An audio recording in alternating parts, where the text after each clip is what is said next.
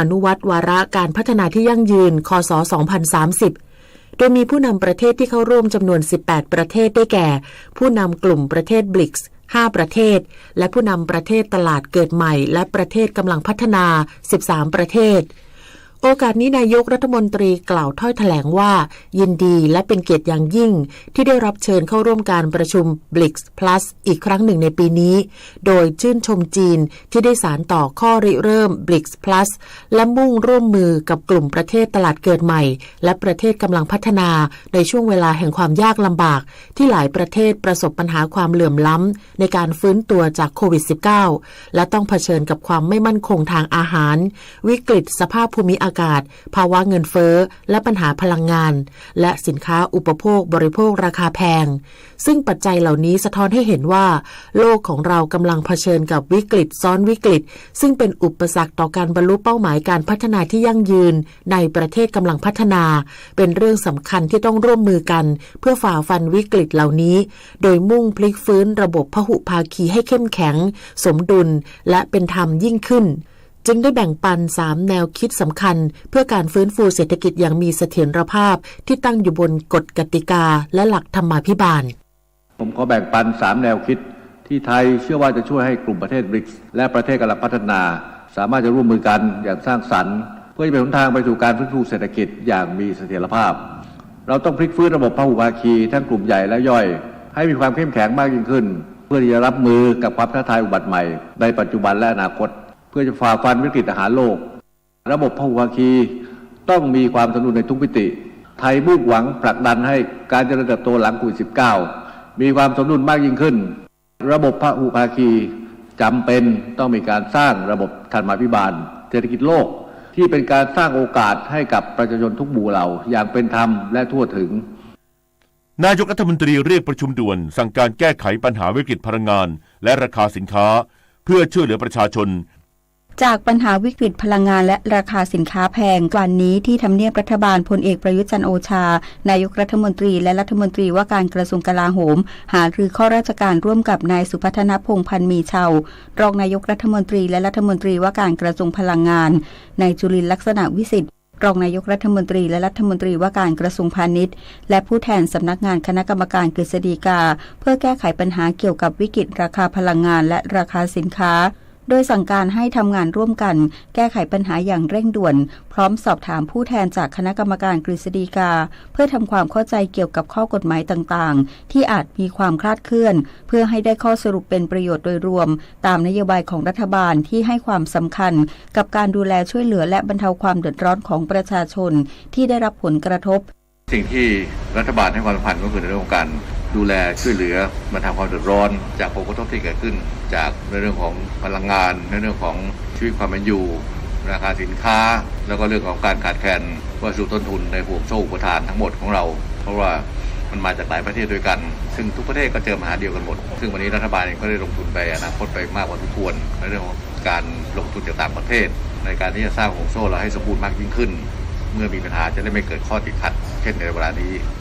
ด้านนายกิติการจอมดวงจารุวรพลกุลผู้อำนวยการองค์การขนส่งมวลชนกรุงเทพหรือขสมกกล่าวว่านายศักดิ์สยามชิดชอบรัฐมนตรีว่าการกระทรวงคมนาคมได้สั่งการให้ขสมกเร่งแก้ไขปัญหาการให้บริการแก่ประชาชนแล้วอย่างไรก็ตามราคาพลังงานที่ปรับตัวสูงขึ้นยังส่งผลต่อต้นทุนการเดินรถของขสมกที่ปัจจุบันใช้น้ำมันดีเซลประมาณ 142,000 ลิตรต่อวันต้นทุนเพิ่มขึ้นประมาณ 700,000 บาทต่อวันแต่ยืนยันยังคงให้บริการประชาชนตามปกติไม่ลดเที่ยววิ่งรถโดยสารสาธารณะที่ให้บริการประชาชนค่าเชื้อเพลิงสูงขึ้นเนี่ยมีผลกระทบต่อต้นทุนของขสมกอยู่แล้วแต่จำนวนเที่ยววิ่งของเราเนี่ยยังปรับเที่ยววิ่งตามเดิมนะครับคือไม่ได้ลดเที่ยววิ่งลงนโยบายของกระทรวงคมนาคมชัดเจนครับว่าไม่ให้มีการลดเที่ยววิ่งแล้วก็ยังคงให้บริการประชาชนตามเดิมครับขณะที่ประชาชนผู้ใช้บริการรถโดยสารขสมกบางส่วนยังคงพอใจการให้บริการเพราะยังคงเป็นทางเลือกที่มีความสะดวกและประหยัดค่าใช้จ่ายในการเดินทางโดยเฉพาะในช่วงที่สถานการณ์ราคาพลังงานปรับตัวสูงขึ้นก็รอรถไม่ค่อยนานเท่าไหร่ค่ะเพราะว่า138เขาแบบเหมือนมี2อู่อะค่ะมันจะออกมาเหมือนเรื่อยๆเลยค่ะเลยรอไม่นานใช่ค่ะสะดวกแล้วก็ประหยัดเวลาด้วยค่ะเพราะว่าเหมือนขึ้นทางด่วนมันก็จะเร็วขึ้นก็ถือว่าโอเคค่ะแล้วก็บริการดีค่ะ ล่าสุดบริษัทขนส่งจำกัดได้หารือร่วมกับผู้ประกอบการรถร่วมบริการเพื่อหาทางรอดจากวิกฤตน้ำมันแพงพร้อมเตรียมสรุปข้อเสนอให้กระทรวงคมนาคมพิจารณาภายในเดือนนี้นพศร แก้วคำรายงานนายกรัฐมนตรีชี้แจงการผ่อนคลายถอดหน้ากากอนามัยพิจารณารอบคอบแล้วขณะที่รัฐมนตรีช่วยว่าการกระทรวงสาธารณสุขแนะกลุ่มเสี่ยงหรือกลุ่ม608ยังจำเป็นต้องสวมหน้ากากอนามัยตลอดเวลาภายหลังราชกิจจานุเบกษาเผยแพร่ข้อกำหนดตามความในมาตรา 9 แห่งพระราชกำหนดการบริหารราชการในสถานการณ์ฉุกเฉินพุทธศักราช 2548 ฉบับที่ 46 ซึ่งมีเรื่องของการสวมหน้ากากอนามัยหรือหน้ากากผ้าตามความสมัครใจและมีผลบังคับใช้แล้วนั้นพลเอกประยุทธ์จันทร์โอชานายกรัฐมนตรีและรัฐมนตรีว่าการกระทรวงกลาโหมกล่าวว่ามาตรการที่ออกมาได้พิจารณาอย่างรอบคอบแล้วเพราะมีเหตุผลและความจำเป็นที่ต้องให้สอดคล้องกับสถานการณ์ที่มีในปัจจุบันและสาระสำคัญอย่างนั้นเขาเขียนไว้ว่าไงไปอ่านรายละเอียดดูที่จะได้รู้ว่าวัตถุประสงค์ในการออกตั้งใจออกมาเพื่ออะไรเพื่อใครเพราะอะไรก็คิดว่าก็รอบคอบแล้วล่ะในการที่จะออกมาแต่ละอย่างเพราะว่าเป็นเรื่องของเหตุผลและความจำเป็นให้สอดคล้องกับสถานการณ์ที่มีอยู่ในปัจจุบัน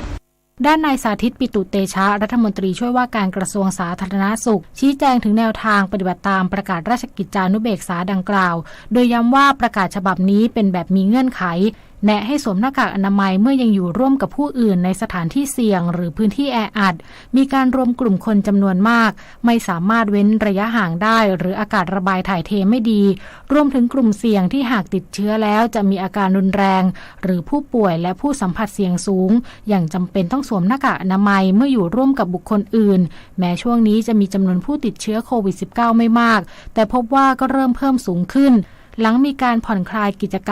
รรมต่างๆนายสุทธิพงษ์จุนเจริญปลัดกระทรวงมหาดไทยสั่งการไปยังผู้ว่าราชการจังหวัดทุกจังหวัดและผู้ว่าราชการกรุงเทพมหานครเร่งชี้แจงประชาสัมพันธ์สร้างการรับรู้ความเข้าใจกับประชาชนทุกภาคส่วนได้ทราบถึงแนวทางการปฏิบัติตนหลังจากผ่อนคลายมาตรการในสถานการณ์โควิด -19 โดยเฉพาะการสวมหน้ากากอนามัยไม่ใช่ทุกคนที่จะสามารถถอดหน้ากากอนามัยได้แต่ต้องเป็นคนที่ได้รับวัคซีนเช่นไฟเซอร์โมเดอร์นาแอสตราเซเนกาและควรถอดหน้ากากเมื่ออยู่ในสถานที่ที่เปิดโล่งไม่แออัดส่วนกรณีกลุ่ม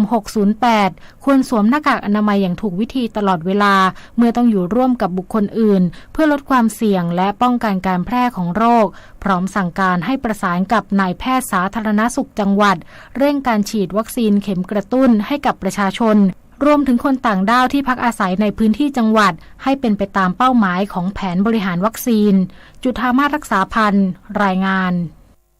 รองนายกรัฐมนตรีและรัฐมนตรีว่าการกระทรวงสาธารณสุขแบ่งปันประสบการณ์และความสำเร็จโครงการหลักประกันสุขภาพทั่วหน้าของไทยในเวทีระดับโลกนายอนุทินชาญวีรกูลรองนายกรัฐมนตรีนำคณะผู้บริหารกระทรวงสาธารณสุขเข้าร่วมการประชุมพร้อมกับทำหน้าที่ประธานในการประชุมคณะกรรมการบริหารโครงการโรคเอดส์แห่งสหประชาชาติครั้งที่ 50เป็นวันสุดท้ายณสำนักงานใหญ่องค์การอนามัยโลกนครเจนีวาสมาพันธรัฐสวิสระหว่างนี้ได้มีการประชุมเรื่องการพัฒนาระบบสาธารณสุขนานาชาติได้แบ่งปันประสบการณ์และความสำเร็จของโครงการหลักประกันสุขภาพทั่วหน้าของประเทศไทยที่เริ่มต้นขับเคลื่อนตั้งแต่สาธารณสุขขั้นมูลฐานโดยการมีส่วนร่วมของชุมชนด้วยอาสาสมัครสาธารณสุขประจำหมู่บ้านหรืออสม.บริการปฐมภูมิโรงพยาบาลส่งเสริมสุขภาพตำบลมีหลักประกันสุขภาพทั่วหน้านำไปสู่การเข้าถึงการรักษาที่เท่าเทียมมีประสิทธิภาพและมีคุณภาพซึ่งรัฐบาลได้จัดสรรงบประมาณภาครัฐที่เพียงพอเพื่อเป็นสวัสดิการที่ครอบคลุมบริการที่หลากหลายเพื่อป้องกันไม่ให้ประชาชนต้องล้มละลายเพราะค่าใช้จ่ายเรื่องสุขภาพพร้อมขอบคุณองค์การอนามัยโลกที่ได้พัฒนาโครงการและแนวทางการวัดประสิทธิภาพของหลักประกันสุขภาพซึ่งมีส่วนสำคัญที่สนับสนุนระบบในประเทศไทยให้ดีขึ้นโดยต่อเนื่องซึ่งไทยได้ดำเนินโครงการมาครบ20 ปีแล้วพร้อมจะแบ่งปันประสบการณ์ที่ดีกับทุกประเทศและสนับสนุนให้กำหนดเป็นเป้าหมายให้หลักประกันสุขภาพทั่วหน้าเกิดขึ้นทั่วโลกโดยขับเคลื่อนภายใต้กลไกของ WHO ซึ่งประเทศไทยจะสนับสนุนการขับเคลื่อนอย่างเต็มที่เพื่อการเข้าถึงการรักษาพยาบาลที่ทั่วถึงของผู้คนทั่วโลกวันนี้เวลา 8:05 น.ถึง 9:00 น.ขอเชิญรับฟังรายการ คุยเรื่องบ้านคุยเรื่องเมืองคุยทุกเรื่องกับรัฐมนตรีโดยนายชัยวุฒิธนาคมานุสรณ์รัฐมนตรีว่าการกระทรวงดิจิทัลเพื่อเศรษฐกิจและสังคมจะมาไขข้อข้องใจเรื่อง PDPA อะไรทำได้ทำไม่ได้ภายใต้พระราชบัญญัติคุ้มครองข้อมูลส่วนบุคคลทางสถานีวิทยุกระจายเสียงแห่งประเทศไทยความถี่ 92.5 เมกะเฮิรตซ์ในระบบ FM และสถานีวิทยุเครือข่ายของกรมประชาสัมพันธ์ทั่วประเทศรวมทั้งรับชมออนไลน์ได้ที่ Facebook Radio Thailand Live วันนี้มูลนิธิแพทย์อาสาสมเด็จพระศรีนครินทราบรมราชชนนีหรือพอสว.ออกให้บริการประชาชนในพื้นที่จังหวัดเชียงใหม่ที่หมู่ 13 บ้านม่อนยะตำบลแม่วินอำเภอแม่วางจึงขอเชิญชวนประชาชนในพื้นที่ดังกล่าวไปรับบริการโดยไม่เสียค่าใช้จ่ายใดๆต่อจากนี้ไปขอเชิญรับฟังไทยคู่ฟ้าค่ะรัฐบาลส่งเสริมการยกระดับแหล่งทรัพยากรธรรมชาติของไทยสู่ระดับโลกโดยเห็นชอบเสนออุทยานธรณีขอนแก่นเป็นอุทยานธรณีโลกของยูเนสโกเนื่องจากเป็นแหล่งค้นพบซากไดโนเสาร์สายพันธุ์ใหม่ของโลกมากถึง5สายพันธุ์รวมถึงจระเข้และปลาโบราณมีแหล่งท่องเที่ยวเชิงประวัติศาสตร์และเชิงธรณีวิทยาที่สำคัญหลายแห่งหากได้รับการรับรองเป็นอุทยานธรณีโลกจะเป็นที่รู้จักของนานาชาติถึงคุณค่าในด้านธรณีวิทยาและโบราณคดีได้รับการพัฒนาอย่างสมดุลระหว่างการอนุรักษ์การศึกษาวิจัยและการพัฒนาทางเศรษฐกิจและสังคมภายใต้การจัดการอย่างมีส่วนร่วมทั้งจากภาครัฐท้องถิ่นและชุมชนสร้างการตระหนักรู้คุณค่าของประชาชนในพื้นที่ดึงดูดนักท่องเที่ยวและสร้างรายได้แก่ท้องถิ่นชุมชนอย่างยั่งยืนค่ะสื่อสารภารกิจรัฐบาลกับสำนักโฆษกสำนักเลขาธิการนายกรัฐมนตรีเราจะสืบสารรักษาและต่อยอดและครองแผ่นดินโดยธรรมเพื่อประโยชน์สุขแห่งอาณาราษฎรตลอดไปพระปฐมบรมราชโองการพระบาทสมเด็จพระเจ้าอยู่หัวในพระราชพิธีบรมราชาภิเษกเมื่อวันที่4พฤษภาคมพุทธศักราช 2562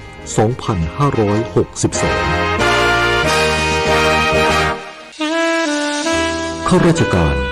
ต้องแยกเรื่องส่วนตัวออกจากตำแหน่งหน้าที่และยึดถือประโยชน์ส่วนรวมของประเทศชาติเหนือกว่าประโยชน์ส่วนตนสารประโยชน์ของชาติและปวงประชาอีกหนึ่งหัวข้อเรื่องจริยธรรมที่ข้าราชการพลเรือนทุกคนพึงควรปฏิบัติทำความดีเพื่อชาติไทย7:16 น.ต่อไปเสนอข่าวต่างประเทศศูนย์ควบคุมโรคไต้หวันยืนยันเมื่อวานนี้ว่าพบผู้ป่วยโรคฝีดาษวานอนรายแรกเป็นชายอายุอยู่ในราว20ปีโดยเขาได้เดินทางไปศึกษาต่อที่เยอรมนีตั้งแต่เดือนมกราคมก่อนจะบินกลับไต้หวันเมื่อวันที่16มิถุนายนที่ผ่านมาและกักตัวอยู่ที่บ้านตามมาตรการควบคุมโรคโควิด -19 จนกระทั่งวันที่20มิถุนายนเริ่มปรากฏอาการป่วยรวมทั้งมีไข้เจ็บคอและเกิดผื่นบนผิวหนังเขาเข้ารับการตรวจวินิจฉัยและได้รับการยืนยันว่าติดเชื้อโรคฝีดาษวานอนขณะนี้อยู่ระหว่างการรักษาตัวส่วนผู้ใกล้ชิดยังไม่แสดงอาการป่วยทั้งนี้ในเอเชียแปซิฟิกมีรายงานพบผู้ป่วยโรคฝีดาษวานอนแล้วในสิงคโปร์เกาหลีใต้และออสเตรเลียคณะที่ปรึกษาด้านวัคซีนของศูนย์ป้องกันและควบคุมโรคสหรัฐหรือ CDC มีมติสนับสนุนการแนะนำให้ใช้วัคซีนโควิด -19 ของโมเดอร์นาสำหรับเด็กและวัยรุ่นอายุ 6-17 ปีหลังจากที่องค์การอาหารและยาสหรัฐได้อนุมัติใช้วัคซีนดังกล่าวเป็นกรณีฉุกเฉินในประชากรกลุ่มนี้เมื่อสัปดาห์ที่แล้ว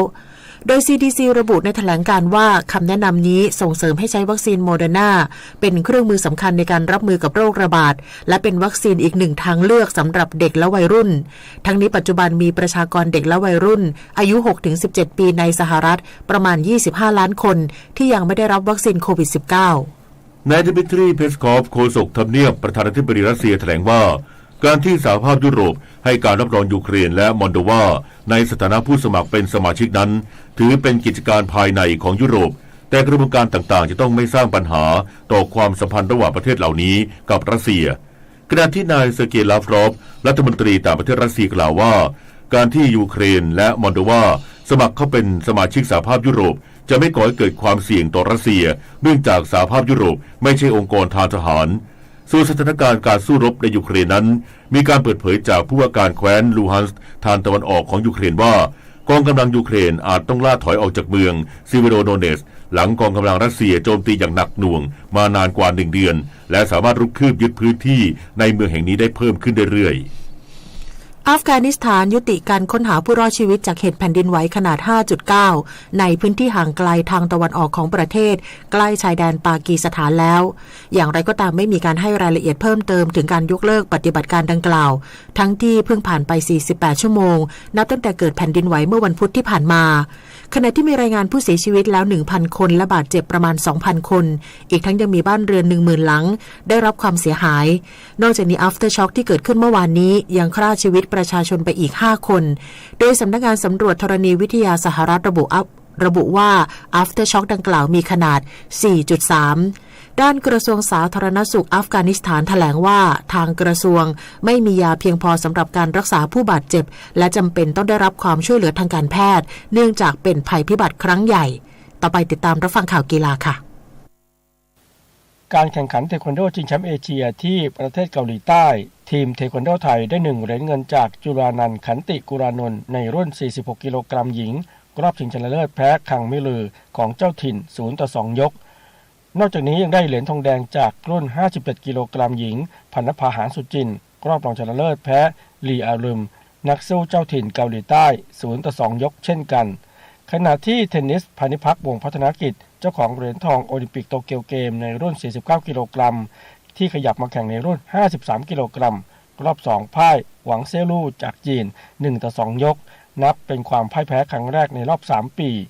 ซึ่งพานิพักษ์กล่าวว่าไม่ชินกับกติกาที่ตัดสินแต่ละยกไม่ได้รวมคะแนน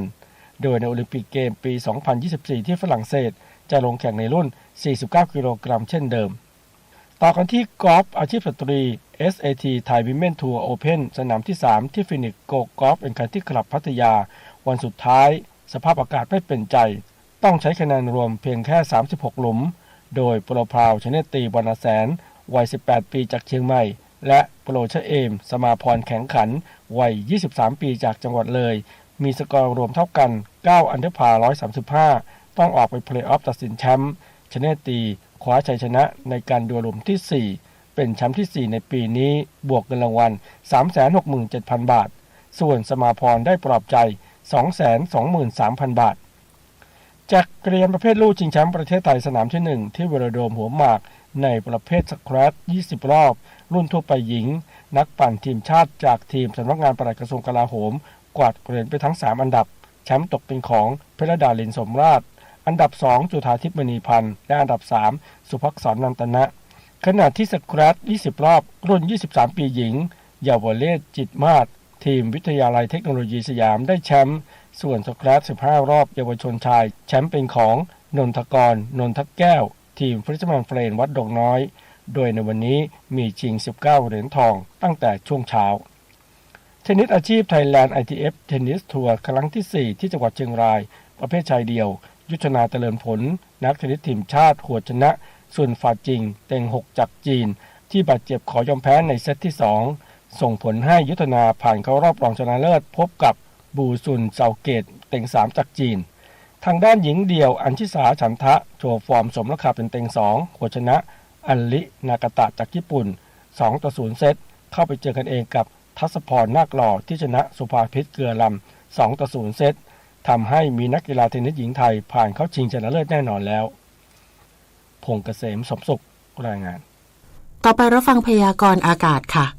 กรมอุตุนิยมวิทยารายงานพยากรณ์อากาศ24ชั่วโมงข้างหน้ามรสุมตะวันตกเฉียงใต้ที่พัดปกคลุมทะเลอันดามันประเทศไทยและอ่าวไทยเริ่มมีกำลังแรงขึ้นประกอบกับมีหย่อมความกดอากาศต่ำปกคลุมบริเวณประเทศลาวตอนบนและประเทศเวียดนามตอนบนลักษณะเช่นนี้ทำให้ประเทศไทยมีฝนฟ้าคะนองและมีฝนตกหนักบางแห่งบริเวณภาคตะวันออกเฉียงเหนือภาคกลางรวมทั้งกรุงเทพมหานครและปริมณฑลภาคตะวันออกและภาคใต้ฝั่งตะวันตกขอให้ประชาชนในบริเวณดังกล่าวระวังอันตรายจากฝนฟ้าคะนองและฝนตกหนักที่อาจเกิดขึ้นในระยะนี้ไว้ด้วย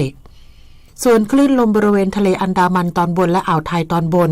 มีกำลังแรงขึ้นโดยมีคลื่นสูง 1-2 เมตร บริเวณที่มีฝนฟ้าคะนองคลื่นสูงมากกว่า2 เมตรขอให้ชาวเรือในบริเวณดังกล่าวเดินเรือด้วยความระมัดระวังและหลีกเลี่ยงการเดินเรือบริเวณที่มีฝนฟ้าคะนองสำหรับพยากรณ์อากาศตั้งแต่เช้าวันนี้จนถึงเช้าวันพรุ่งนี้ภาคเหนือมีฝนฟ้าคะนอง140ของพื้นที่ส่วนมากบริเวณจังหวัดแม่ฮ่องสอนเชียงใหม่เชียงรายลำปางน่านตากอุตรดิตถ์พิจิตรพิษณุโลกและเพชรบูรณ์อุณหภูมิสูงสุด 32-36 องศาเซลเซียสภาคตะวันออกเฉียงเหนือมีฝนฟ้าคะนอง160ของพื้นที่และมีฝนตกหนักบางแห่งส่วนมากบริเวณจังหวัดเลยหนองคายบึงกาฬสกลนครนครพนมกาฬสินธุ์อุดรธานี101ยโสธรอำนาจเจริญศรีสะเกษและอุบลราชธานีอุณหภูมิสูงสุด 32-34 องศาเซลเซียสภาคกลางมีฝนฟ้าคะนอง140ของพื้นที่และมีฝนตกหนักบางแห่งส่วนมากบริเวณจังหวัดกาญจนบุรีสุพรรณบุรีพระนครศรีอยุธยาสระบุรีราชบุรีสมุทรสงครามสมุทรสาครและนครปฐมอุณหภูมิสูงสุด 33-35 องศาเซลเซียสภาคตะวันออกมีฝนฟ้าคะนอง160ของพื้นที่กับมีฝนตกหนักบางแห่งบริเวณจังหวัดปราจีนบุรีฉะเชิงเทราชลบุรีระยองจันทบุรีและตราดอุณหภูมิสูงสุด 29-35 องศาเซลเซียสลมตะวันตกเฉียงใต้ความเร็ว 15-35 กิโลเมตรต่อชั่วโมงทะเลมีคลื่นสูง 1-2 เมตรบริเวณที่มีฝนฟ้าคะนองคลื่นสูงประมาณ2 เมตรภาคใต้ฝั่งตะวันออกมีฝนฟ้าคะนอง160ของพื้นที่ส่วนมากบริเวณจังหวัดเพชรบุรีสุราษฎร์ธานีนครศรีธรรมราชพัทลุงสงขลาปัตตานียะลาและนราธิวาสอุณหภูมิสูงสุด 32-34 องศาเซลเซียสสุราษฎร์ธานีขึ้นมาลมตะวันตกเฉียงใต้ความเร็ว 15-35 กิโลเมตรต่อชั่วโมงทะเลมีคลื่นสูง 1-2 เมตรบริเวณที่มีฝนฟ้าคะนองคลื่นสูงประมาณ2 เมตรนครศรีธรรมราชลงไปลมตะวันตกเฉียงใต้ความเร็ว 15-30 กิโลเมตรต่อชั่วโมงทะเลมีคลื่นสูงประมาณ1 เมตรบริเวณที่มีฝนฟ้าคะนองคลื่นสูงมากกว่า1 เมตรภาคใต้ฝั่งตะวันตกมีฝนฟ้าคะนอง170ของพื้นที่และมีฝนตกหนักบางแห่งบริเวณจังหวัดระนองพังงาและภูเก็ตอุณหภูมิสูงสุด 29-31 องศาเซลเซียสภูเก็ตขึ้นมาลมตะวันตกเฉียงใต้ความเร็ว 15-35 กิโลเมตรต่อชั่วโมงทะเลมีคลื่นสูง 1-2 เมตรบริเวณที่มีฝนฟ้าคะนองคลื่นสูงมากกว่า2 เมตรกระบี่ลงไปลมตะวันตกเฉียงใต้ความเร็ว 15-30 กิโลเมตรต่อชั่วโมงทะเลมีคลื่นสูงประมาณ1 เมตรบริเวณที่มีฝนฟ้าคะนองคลื่นสูง 1-2 เมตรกรุงเทพมหานครและปริมณฑลมีฝนฟ้าคะนอง160ของพื้นที่และมีฝนตกหนักบางแห่งอุณหภูมิสูงสุด 32-35 องศาเซลเซียสสภาวะระดับน้ำในแม่น้ำเจ้าพระยาที่หน้ากองบัญชาการกองทัพเรือคำนวณโดยกรมอุทกศาสตร์กองทัพเรือวันนี้น้ำขึ้นเต็มที่เวลา 1:55 นาทีสูงกว่าระดับทะเลปานกลาง99เซนติเมตรน้ำลงเต็มที่เวลา 11:13 นาทีต่ำกว่าระดับทะเลปานกลาง83เซนติเมตรวันนี้ที่ประภาคารกาญจนาภิเษกแหลมพรหมเทพจังหวัดภูเก็ตดวงอาทิตย์ตกเวลา 18:47 นาทีกรุงเทพมหานครดวงอาทิตย์ตกเวลา 18:48 นาทีขณะที่เมื่อวานนี้กรมฝนหลวงและการบินเกษตรได้ขึ้นบินปฏิบัติการฝนหลวง11หน่วยปฏิบัติการช่วยเหลือพื้นที่การเกษตรที่ขาดแคลนน้ำจำนวน24จังหวัดและเพิ่มปริมาณน้ำเก็บกักให้กับพื้นที่ลุ่มรับน้ำเขื่อนและอ่างเก็บน้ำจำนวน11แห่ง1 นาทีกับกปท.การตรวจสอบดูแลสภาพรถเบื้องต้นด้วยตนเองอย่างสม่ำเสมอนั้นจะช่วยยืดอายุการใช้งานของรถได้โดยวิธีการทดสอบปริมาณควันดำของรถด้วยตนเองทำได้ง่ายด้วยการจอดรถยนต์อยู่กับที่และเดินเครื่องยนต์ทิ้งไว้ไม่น้อยกว่า5นาทีจากนั้นเร่งเครื่องยนต์ให้เร็วจนสุดคันเร่งประมาณ 2-3 วินาทีสังเกตปริมาณควันดำที่ปล่อยออกจากท่อไอเสียโดยทำซ้ำอย่างน้อย 2-3 ครั้งหากพบว่ามีปริมาณควันดำมากคือควันสีดำเข้มมากต้องเข้ารับการตรวจสอบสภาพและบำรุงรักษาเครื่องยนต์โดยละเอียดต่อไปนอกจากนี้ควรตรวจดูหม้อกรองอากาศถ้าอุดตันมีฝุ่นจับมากให้ทำความสะอาดหรือเปลี่ยนใหม่ซึ่งโดยปกติแล้วจะเปลี่ยนทุกครั้งเมื่อเปลี่ยนถ่ายน้ำมันเครื่องที่สำคัญผู้ขับขี่ควรหลีกเลี่ยงการบรรทุกเกินพิกัดและควรจะขับรถอย่างนิ่มนวลด้วยนะครับด้วยความปรารถนาดีจากกรมประชาสัมพันธ์และกองทุนเพื่อความปลอดภัยในการใช้รถใช้ถนนกรมการขนส่งทางบกกระทรวงคมนาคม รู้รักภาษาไทยโดยความร่วมมือของสำนักงานราชบัณฑิตยสภาและกรมประชาสัมพันธ์วันนี้เสนอคำว่าถอนงอกคำว่าถอนงอกประกอบด้วยคำว่าถอนหมาย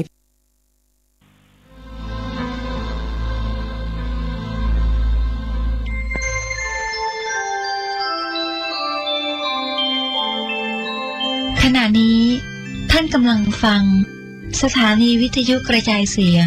คลื่นเพื่อการศึกษาพระพุทธศาสนาและวัฒนธรรมระบบ FM 104.5 เมกะเฮิรตซ์ออกอากาศณวัดฝายหินตำบลสุเทพอำเภอเมืองจังหวัดเชียงใหม่โทรศัพท์053-226-058 053-810-406 053-943-691ข่าวสารเพื่อการประชาสัมพันธ์ขอเชิญชวนผู้ใจบุญใจกุศลร่วมงานทำบุญประเพณีส่งน้ำพระธาตุใส่ขันดอก108ประจำปีณวัดวังสิงห์คำตำบลป่าแดดอำเภอเมืองเชียงใหม่จังหวัดเชียงใหม่จัดงานระหว่างวันที่26 27และ28มิถุนายนพุทธศักราช2565ก็เป็นฝากจากพระครูวิจิตรศิราพรเจ้าวาดวัดวังสิงห์คำเจ้าคณะตำบลป่าแดดคณะศรัทธาวัดวังสิงห์คำทุกหลังคาเรือนเชิญท่านร่วมงานทำบุญประเพณีส่งน้ำพระธาตุใส่ขันดอก108ประจำปีณวัดวังสิงห์คำตำบลป่าแดดอำเภอเมืองเชียงใหม่จังหวัดเชียงใหม่โดยพร้อมเพรียงกัน